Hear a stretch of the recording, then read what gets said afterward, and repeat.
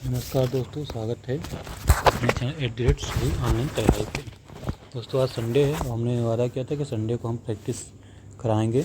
तो आज जीएस का प्रैक्टिस लेकर आए हैं और जीएस के पहले हम कुछ इम्पॉर्टेंट स्टैटिक जीके टाइप का बता दे रहे हैं, ठीक, जहाँ से क्वेश्चन बहुत बनता है। बैंक के एग्ज़ाम में अधिकतर यहाँ से क्वेश्चन बनता है, ठीक। तो हम यहाँ पे हेडिंग डालते हैं प्रमुख राजवंश, संस्थापक तथा राजधानी।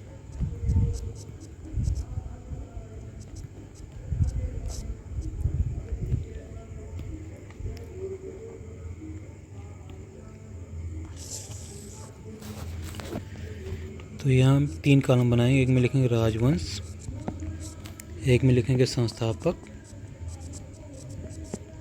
और एक में लिखेंगे राजधानी, ठीक। यहाँ पे पहला है हर्यक वंश। हर्यक वंश की जो संस्थापक था उसका नाम था बिंबिसार।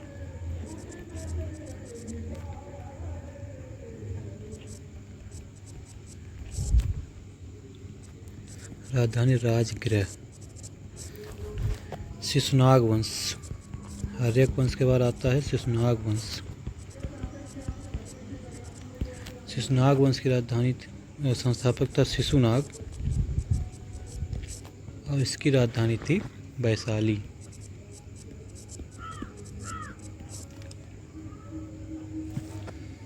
शिशुनाग वंश के बाद आता है नंद वंश। नंद वंश की स्थापना की थी महापद्म नंद ने।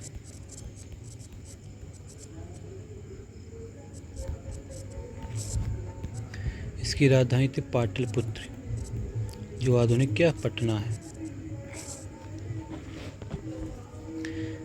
फिर इसके बाद आता मौर्य वंश। मौर्य वंश की जो स्थापना की थी वो चंद्रगुप्त मौर्य ने।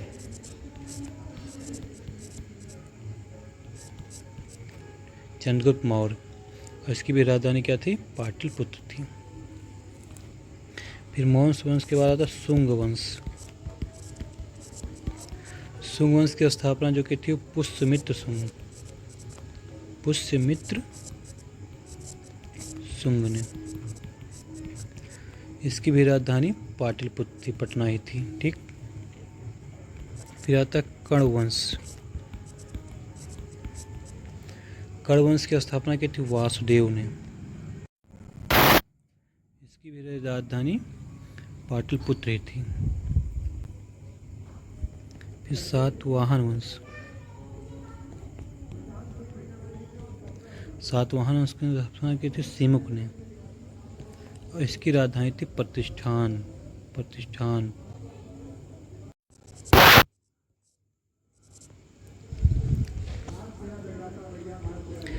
अब ये जो हर्यक वंश, शिशुनाग वंश, नंद वंश, मौर्य वंश, शुंग वंश, कर्ण वंश, सातवाहन वंश, ठीक, ये लगातार वंश जो है हम बता दे रहे हैं। ये किस 7 लगातार वंश ये मगध साम्राज्य पर शासन किए थे। मगध समाज पर शासन किए थे, ठीक। तो इनकी एक ट्रिक हम बता दें, इनको याद करने का तरीका क्या है। लगातार से कभी कभी क्रम से आ जाता है। इसकी ट्रिक है हसीन मासुकसा।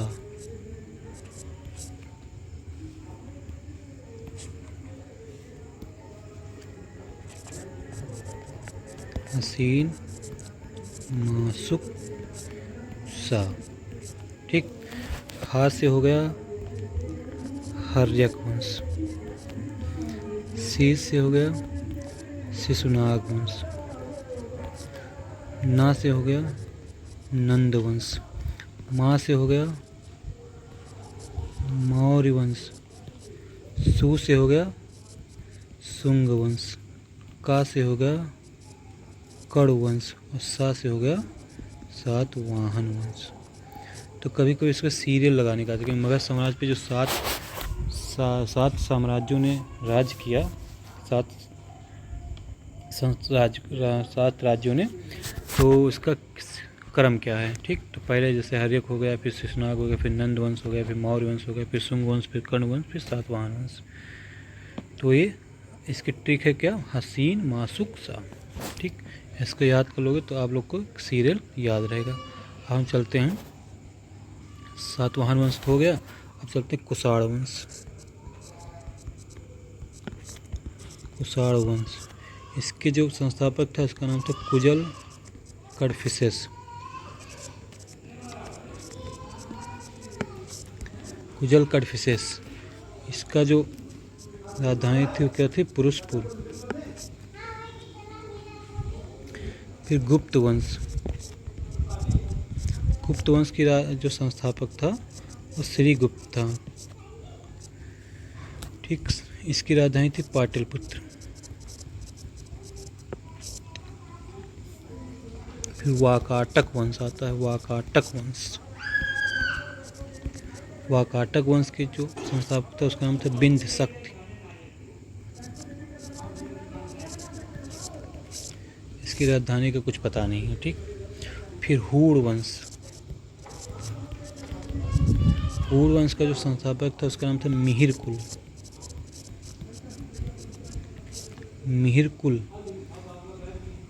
इसकी राजधानी थी सियालकोट। फिर वर्धन वंश आता है, कौन सा वंश, वर्धन वंश। वर्धन वंश की स्थापना की पुष्यभीत वर्धन ने।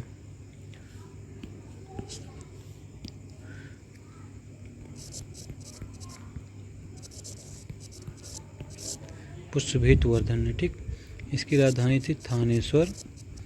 बाद में जब हर्षवर्धन हुआ तो इसकी राजधानी कहाँ चली गई, कन्नौज। फिर पांड्य वंश,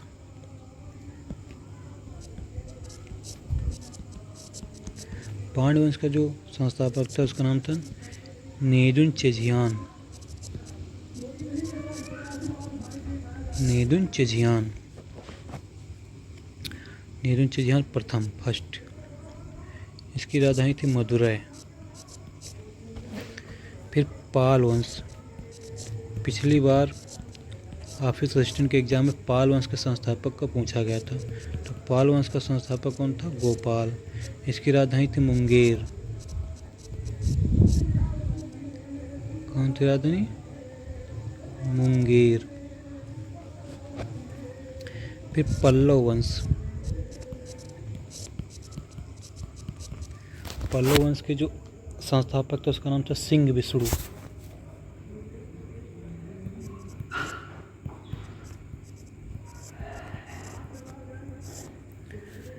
इसकी राजधानी थी कांचीपुरम।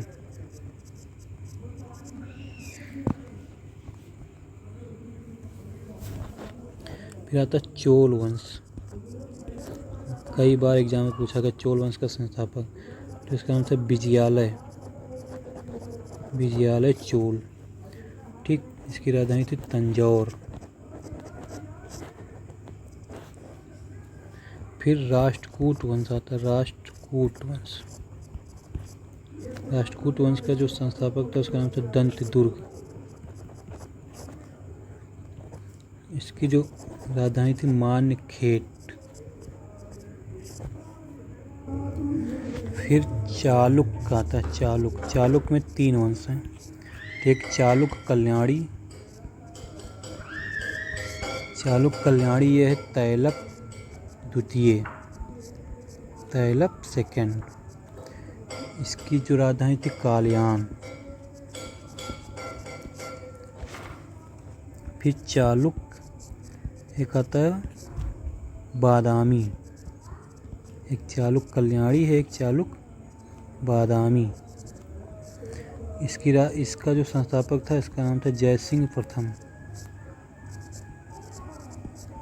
ठीक, इसकी राजधानी थी वातापी। फिर आता चालुक्य बेंगी।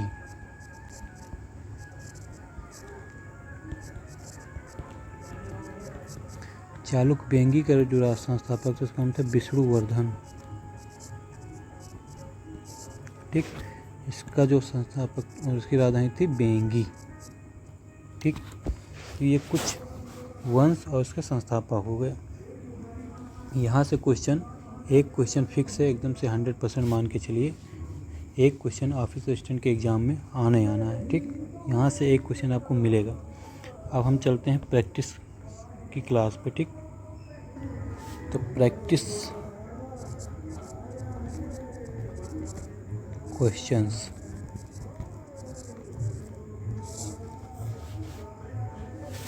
तो पहला क्वेश्चन है, कौन सा एक शहर हड़प्पा शहर नहीं था?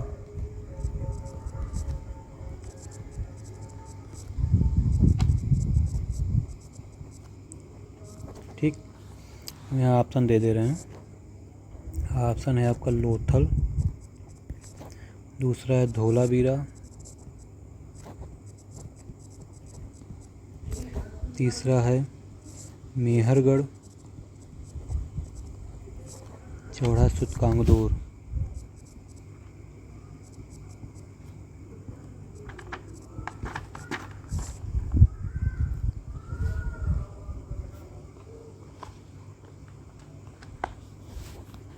ठीक, इसमें कौन सा शहर हड़प्पा स्थल नहीं था? ठीक, तो इसमें जो शहर हड़प्पा स्थल नहीं था वो कौन था? मेहरगढ़। ये शहर हड़प्पा स्थल नहीं था। ठीक, अब हड़प्पा शहर की कभी कभी ऐसा कि मोहनजोदड़ो और हड़प्पा की खोज किसने की थी? तो हड़प्पा की खोज देखो, हम बता दें एक ट्रिक, HDR। एच का मतलब हो गया हड़प्पा, डी से मतलब हो गया दयाराम साहनी, और आर से हो गया रावी नदी। ठीक, तो हड़प्पा की खोज दयाराम साहनी ने की थी रावी नदी पे, और 1921 में। ठीक, ये 1921 लिखा हुआ है, 1921। और MRS का मतलब हो गया, यम से हो गया मोहनजोदाड़ो,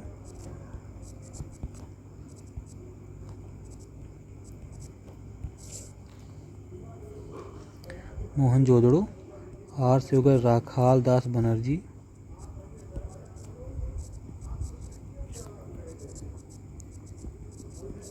और एस से हो गया सिंधु नदी। ठीक, और इसको जो खोज हुई थी 1922 में। तो लोथल हो गया, धोलावीरा हो गया, सूतकांगदोर हो गया, हड़प्पा स्थल था, लेकिन मेहरगढ़ हड़प्पा स्थल नहीं था। ठीक, तो लोथल में से पूछा जाता है लोथल कहाँ है? एक क्वेश्चन से कई क्वेश्चन देखो बना रहे हैं। लोथल है गुजरात में। कहाँ है? गुजरात में। अब इसमें क्या क्या मिला, कभी कोई ये पूछ जाता तो डाक यार्ड मतलब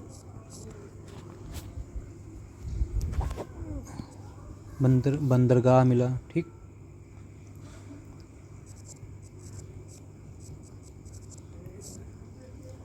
फिर कब्रिस्तान मिला,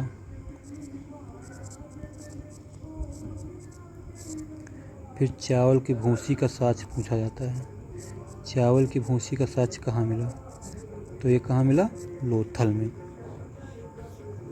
फिर धोलावीरा भी गुजरात में ही है।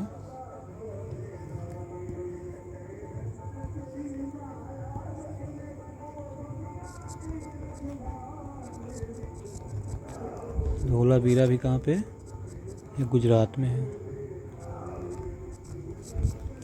यहाँ पे क्या क्या मिला? यहाँ पे मिला विशाल जलाशय, और स्टेडियम भी यहीं पे मिला था। ठीक, तो यहाँ से एक क्वेश्चन, इससे एक कई क्वेश्चन बना। ठीक, ये अगला क्वेश्चन है, सर्वाधिक प्राचीन पुराण कौन सा है?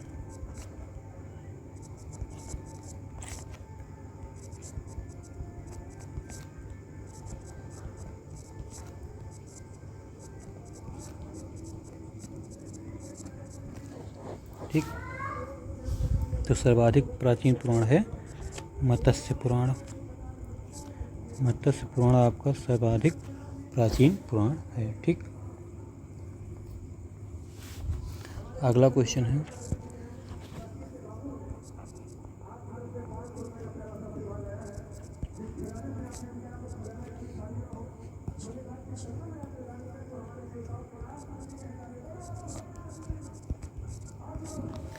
ऋग्वेद में वर्णित 10 राजाओं का युद्ध, 10 राग युद्ध भी बोला जाता है इसको। 10 राजाओं का युद्ध किस नदी के तट पर लड़ा गया?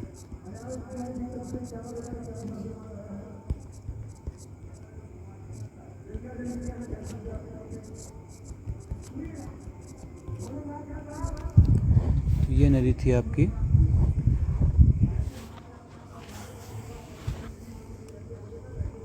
परुसड़ी नदी। कौन सी नदी? परुसड़ी नदी।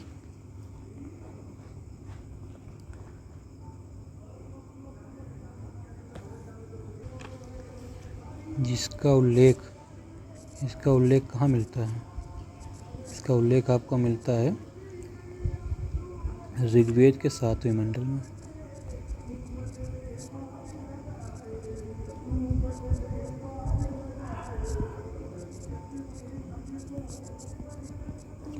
ठीक, अब कुछ नदियां हैं।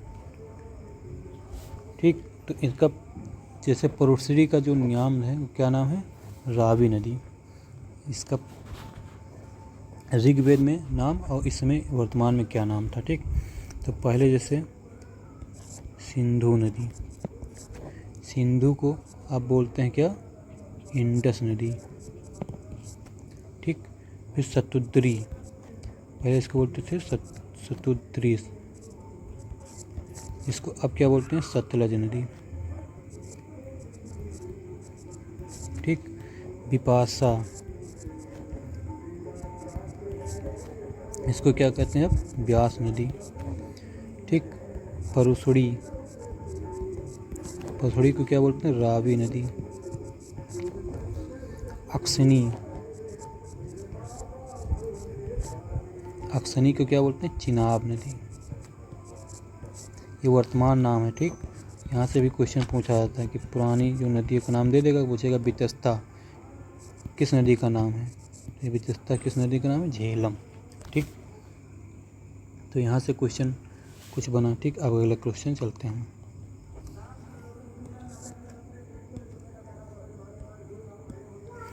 पूछा अजंता की गुफाओं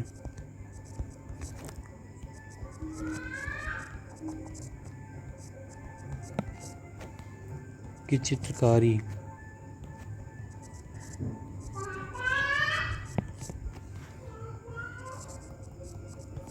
भारत में किस धर्म, यहाँ पे डैश है, के स्वर्ण युग का प्रमाण है?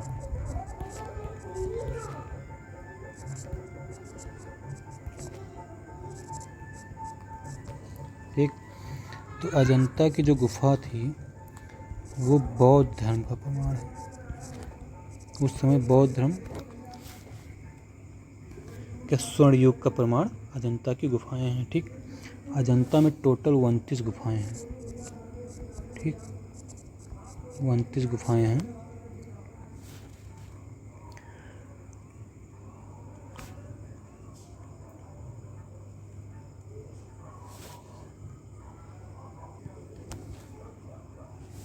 फिर अगला क्वेश्चन है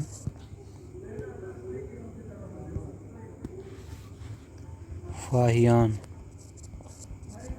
ये कौन था? चीनी यात्री था। फाहियान किस सम्राट के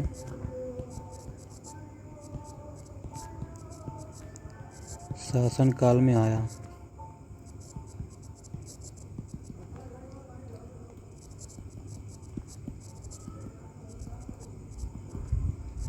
ठीक, किस शासनकाल में भारत आया था? तो फाहियान जो आया था वो चीनी यात्री था। कौन था? चीनी यात्री। और ये चंद्रगुप्त द्वितीय के समय आया था।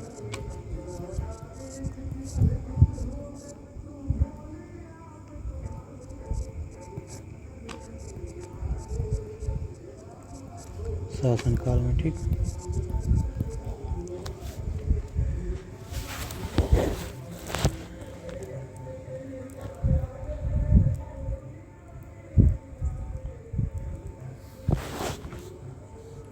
अब इस पे हम थोड़ा सा एक ट्रिक बता दें आप लोग को, चीनी यात्रियों के आने का क्रम।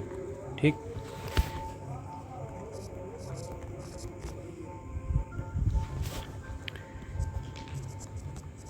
चीनी यात्रियों के आने का क्रम,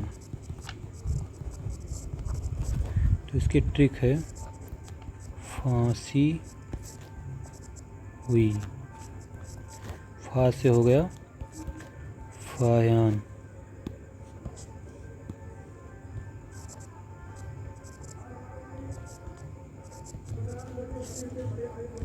सी से हो गया संयुंगन, हु से हो गया हुएनसांग,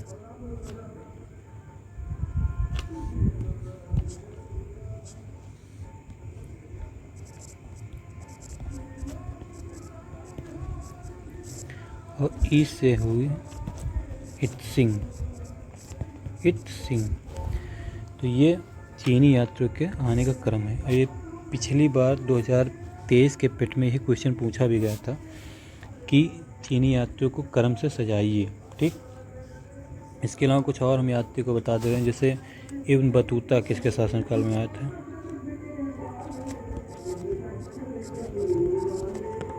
इब्न बतूता ये किस सन में आया था? 1333 से 1347 के बीच में आया था। ये मोरक्को का यात्री था।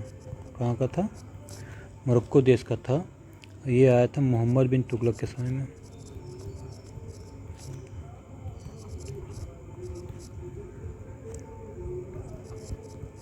तुगलक, इसकी पुस्तक का नाम पूछा जाता है, तो इसकी पुस्तक का जो नाम है वो है रेहला। पुस्तक का क्या नाम है? रेहला। ठीक, ऐसे ही मेगास्थनीज के बारे में पूछा जाता है।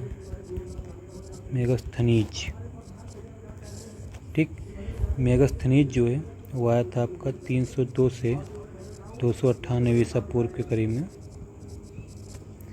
ये ग्रीक देश का था। यह आया था चंद्रगुप्त मौर्य के समय।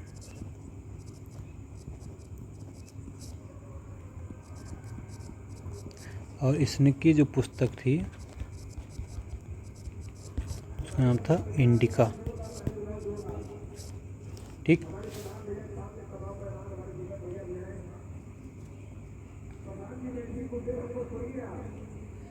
अगला क्वेश्चन देखते हैं।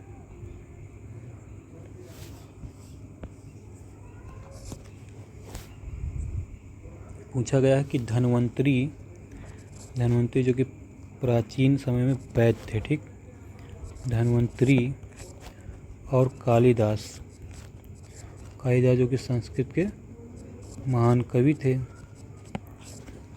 किस गुप्त सम्राट के दौरान में थे?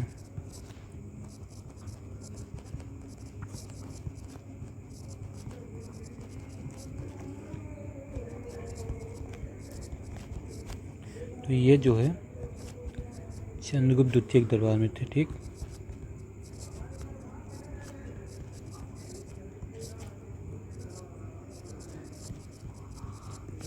धन्वंतरी और कालिदास। और गुप्त वंश की स्थापना किसने की थी? श्रीगुप्त ने। अगला क्वेश्चन है,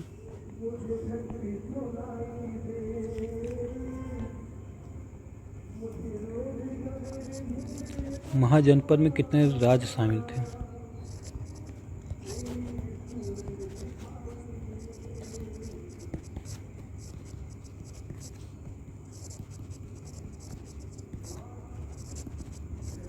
तो महाजनपद में तुम्हारे 16 राज्य थे। ठीक, जिसमें से 8 राज्य केवल उत्तर प्रदेश में ही थे। ठीक, ये भी क्वेश्चन आया कि महाजनपद में कितने जनपद उत्तर प्रदेश में थे। तो 8 महाजनपद उत्तर प्रदेश के थे। ठीक, 16 महाजनपदों में पूछा जाता है 16 महाजनपद की जानकारी किस से मिलती है। तो एक बौद्ध का वो है पुस्तक, इसका नाम है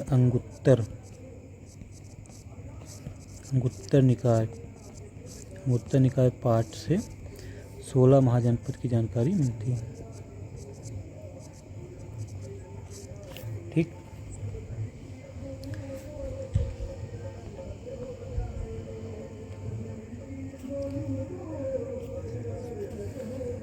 फिर अगला क्वेश्चन है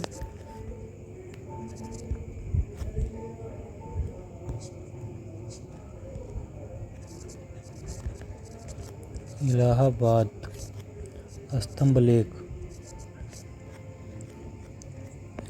स्तंभ शिलालेख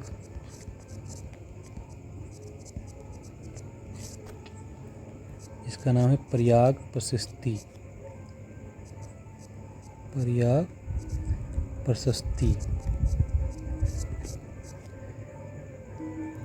से किस राजा को उल्लेख मिलता है? किस राजा का उल्लेख मिलता है, किस राजा का संबंध था?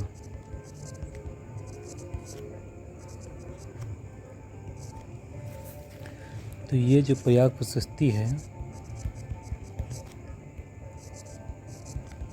ये आपका जो समुद्रगुप्त, ठीक, समुद्रगुप्त से संबंध था। ठीक, समुद्रगुप्त को एक अंग्रेज इतिहासकार बी ए स्मिथ ने भारत का नेपोलियन कहा था। भारत का नेपोलियन, ये भी पूछा जाता है कि भारत का नेपोलियन किसे कहा जाता है। तो भारत का नेपोलियन कौन है? समुद्रगुप्त है। ठीक, समुद्रगुप्त। तो कुछ शासक और कुछ शिलालेख हम लिखवा दे रहे हैं। ठीक, यहाँ से क्वेश्चन बन सकता है। जैसे रुद्रदामन प्रथम, ये शक वंश का था। इसका जो शिलालेख है इसका नाम है जूनागढ़ शिलालेख। पूछा जाता है जूनागढ़ शिलालेख किससे संबंधित है? तो रुद्रदामन प्रथम से। ठीक, फिर पुलकेशियन द्वितीय का पूछा जाता है।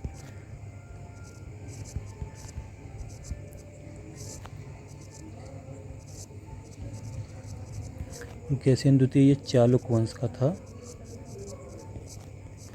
इसका जो अभिलेख है उसका नाम है एहोल अभिलेख। ठीक, फिर गौतमी श्री बालकृष्ण, गौतमी बाल श्री कह सकते हैं। ठीक, ये सातवाहन वंश का था। इसका जो है वो है नासिक गुफा। ठीक, फिर चंद्रगुप्त द्वितीय भी पूछा जाता है। चंद्रगुप्त द्वितीय यानी कि गुप्त वंश का था। इसका जो अभिलेख है वो है मेहरौली अभिलेख, मेहरौली स्तंभ। पूछा जाता है मेहरौली लौह स्तंभ किससे संबंधित है? तो चंद्रगुप्त द्वितीय से। फिर खारवेल जो कि कहाँ का शासक था? कलिंग राज्य का। ठीक, इसका जो अभिलेख है इसका नाम है हाथी गुम्फा अभिलेख, हाथी गुम्फा। और फिर अशोक जो कि मौर्य वंश का, ठीक, शासक था। इसका जो अभिलेख है उसका नाम है रुम्मन देई।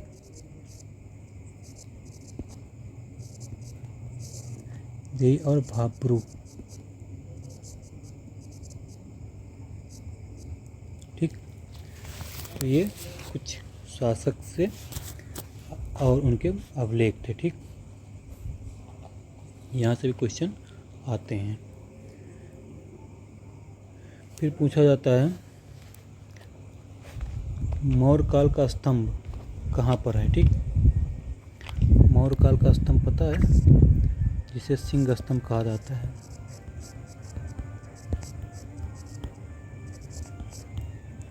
या सिंह स्तंभ। तो ये आपका है सारनाथ में, ठीक। सारनाथ में है सिंह स्तंभ, और इसी के सारनाथ का जो स्तंभ है अशोक का, वही हमारे नोट पे भी छपा हुआ है, ठीक। और इसके अलावा इसमें पूछा जाता है सत्यमेव जयते, इसमें लिखा हुआ सत्यमेव जयते। तो ये किस उपनिषद से लिखा गया है? तो ये है मुंडको उपनिषद, मुंडोक उपनिषद, ठीक। ये मुंडोक उपनिषद से सत्यमेव जयते लिया गया है। तो आज के लिए प्रैक्टिस क्लास इतनी ही, फिर अगले क्लास में रीजनिंग की प्रैक्टिस कराएंगे, ठीक। तो नमस्कार दोस्तों, शुभ रात्रि।